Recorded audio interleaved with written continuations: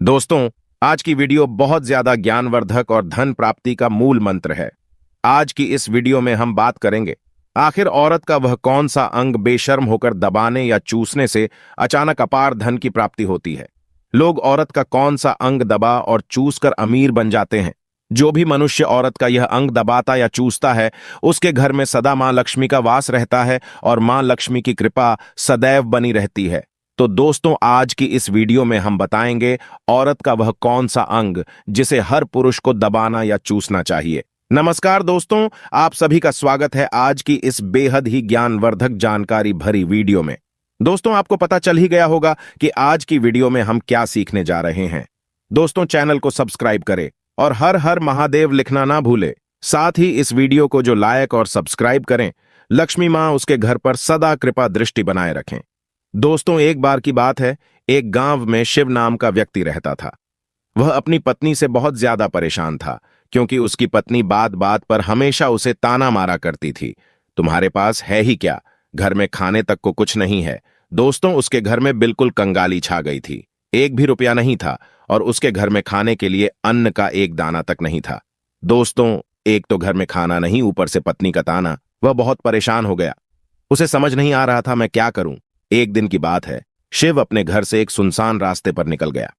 वह उस सुनसान रास्ते पर चल ही रहा था कि उसे एक साधु तपस्या करते हुए दिखाई दिए। वह उनके पास जाकर बैठ गया। जब साधु ने अपना तप खत्म किया तो शिव उनके सामने रोने लगा। साधु ने शिव से कहा, पुत्र, तुम्हें क्या दिक्कत है? तुम क्यों रो रहे हो? आखिर तुम्हें क्या परेशानी है?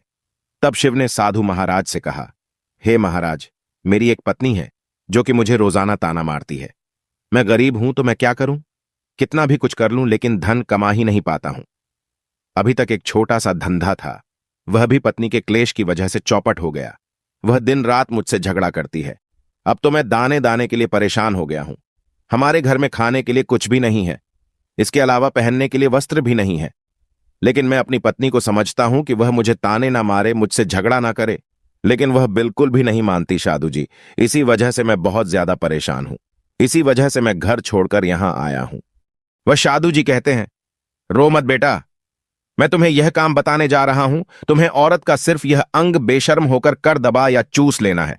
अचानक तुम्हारे घर में धन की प्राप्ति हो जाएगी। तुम देखते ही देखते अमीर बन जाओगे। साधु जी कहते हैं, जो भी पुरुष औरतों का यह अंग दबाता या चूसता है, उसके घर में कभी भी धन की कमी नहीं रहती है और ना ही उसके घर में लड़ाई होती है, या जो भी व्यापार करता है उसमें हमेशा तरक्की होती है। साधु जी ने कहा, अब मैं तुमको औरत का वह अंग बताने जा रहा हूं। इसे ध्यान से सुनना और अपने जीवन में इस पर जोर करना।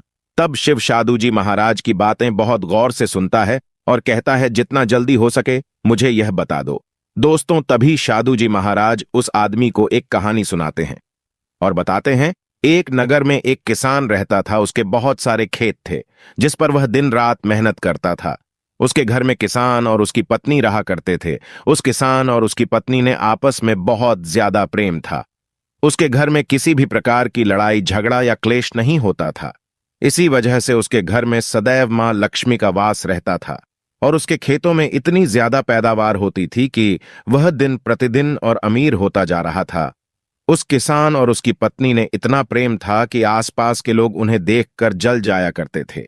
धीरे धीरे उसके पूरे गांव के लोग जान गए, किसान और उसकी पत्नी में बहुत ज्यादा प्रेम है।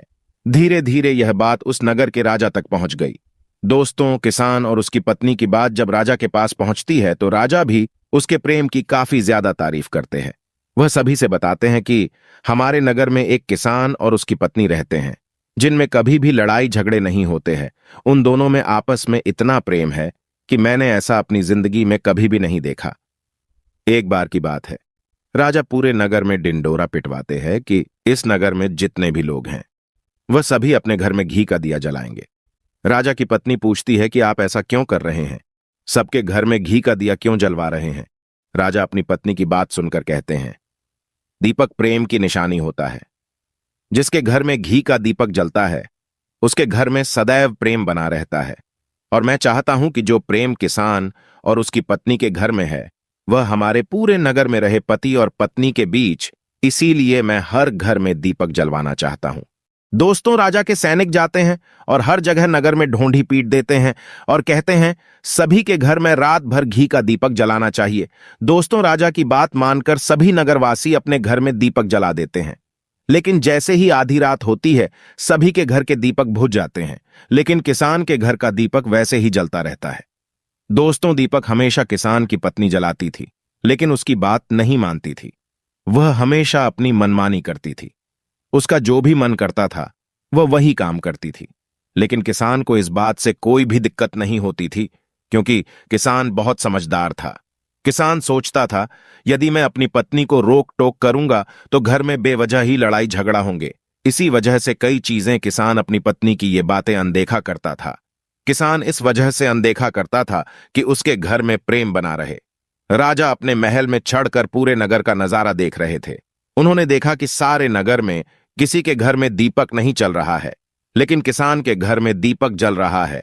तब राजा अपनी रानी से बोलता है कि देखो, किसान और उसकी पत्नी के घर में दीपक जगमगा रहा है, लेकिन पूरे नगर में कहीं भी दीपक नहीं जल रहा है।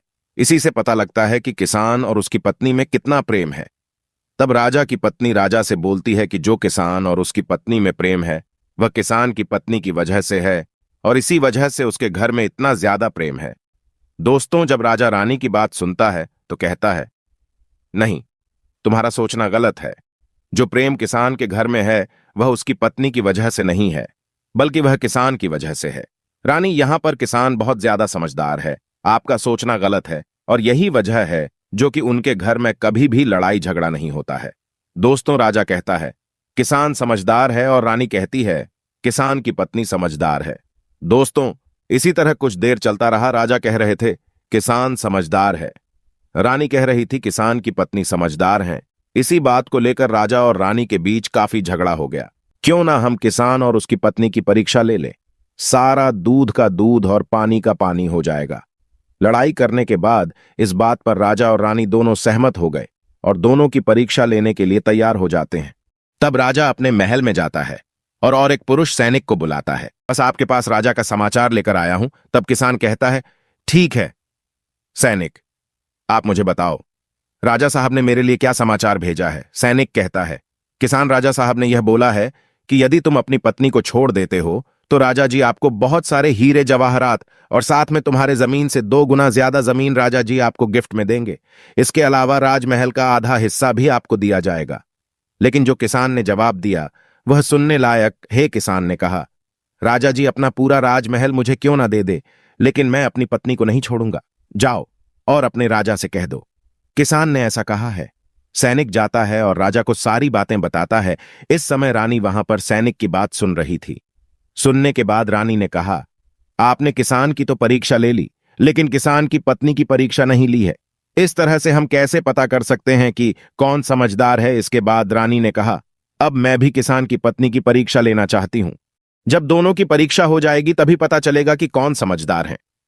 के घर जाता है और उसके घर में आवाज लगाता है तो उसके घर से किसान की पत्नी निकलकर आती है और कहती है, बताओ क्या हुआ, क्यों ढिंढोरा पीट रहे हो। तो सैनिक ने कहा कि राजमहल से आया हूं, मुझे रानी ने भेजा है।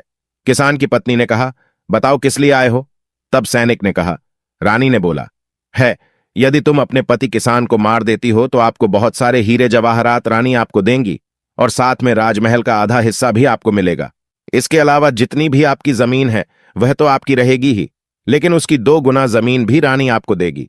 यह बात सुनकर किसान की पत्नी तैयार हो जाती है। कहती है, ठीक है, यदि मुझे इतना कुछ रानी साहिबा देंगी तो मुझे मंजूर है, मैं अपने पति को मार दूंगी। तब सैनिक पूछता है कि रानी को कैसे पता चलेगा कि आपने अपने पति को मार दिया है। तभी किसान की पत्नी बोलती है, मेरे घर में जो दीपक जल रहा है, जब मैं किसान को मार दूंगी तो उसे बुझा दूंगी, तभी आपको पता चल जाएगा कि मैंने किसान को मार दिया है। अब सैनिक किसान की पत्नी की बात सुनकर राजमहल जाता है और रानी को सारी बात बताता है। किसान की पत्नी की बात सुनकर रानी बहुत अचंभित हो जाती है। राजा और रानी को स्त्री जात से नफरत होने लगती है। उसी समय राजा अपने नगर के सभी लोगों को बुलाता है। आपने अभी किसान को क्यों मार दिया। तब वह किसान की पत्नी बोलती है कि किसान को तो मुझे मारना ही था, रात में तो मुझे सिर्फ दिया ही बुझाना था, इसलिए किसान को तो मैंने दिन में ही मार दिया है। सभी सैनिक तुरंत ही किसान के घर से दौड़े दौड़े जाते हैं। इसके बाद राजा और रानी किसान की पत्नी को बंदी बनाकर लाने के लिए अपने सैनिक से कहते हैं। सैनिक जाते हैं, किसान की पत्नी को बंदी बनाकर ले आते हैं। राजा किसान की पत्नी से पूछता है, ऐसा तुमने क्यों किया? तुम लालची औरत हो, तुम्हें पैसों से प्यार है। तभी किसान की पत्नी ने जवाब दिया और बताया कि मुझे तो किसान को पहले ही मारना था, वह तो मैं कोई बहाना ढूंढ रही थी, क्योंकि किसान की आदत बहुत खराब थी। वह मेरे साथ बहुत खराब व्यवहार किया करता था।